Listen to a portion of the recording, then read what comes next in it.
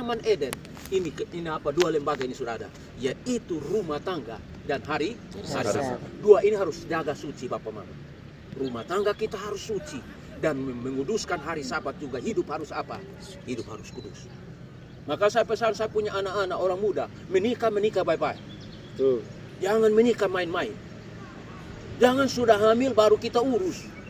Kita memalukan Tuhan. Jadi kalau memang sudah saling mencintai, kasih tahu supaya pendeta atur.